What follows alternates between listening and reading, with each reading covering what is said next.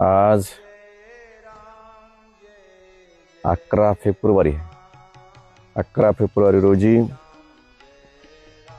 कथा मंडपाचे भूमिपूजन झालेलं आहे। कथा 20 मार्च ते 27 मार्च पर्यंत आहे।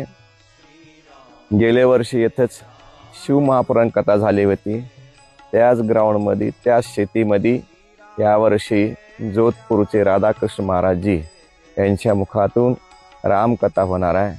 आणि आज याचं भूमिपूजन सर्व भक्तगणाच्या साक्षीनं त्यांच्या सानिध्यामध्ये भूमिपूजन झालेलं आहे।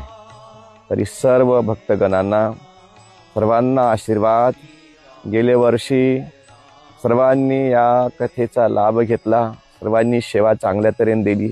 तसंच यावर्षी सुद्धा 20 मार्च ते 27 मार्च सगळ्यांनी सेवा करायसाठी यायचं आणि सर्वांनी कथेचा सुद्धा लाभ घ्यायचा। खूप छान कथा आहे। 20 मार्च ते 27 मार्च रामकथा आहे।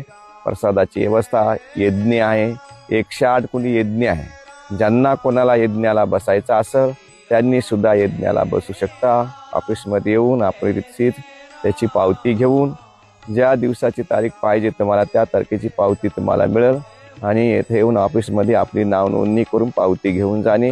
सर्व यज्ञाचं साहित्य जाग्यावरच राहील, फक्त कोरे कपडे घालून येऊन पूजेला बसायचं आहे। म्हणून तुम्ही सर्वांनी 108 कुंड त्या यज्ञाचा बी लाभ घ्यायचा।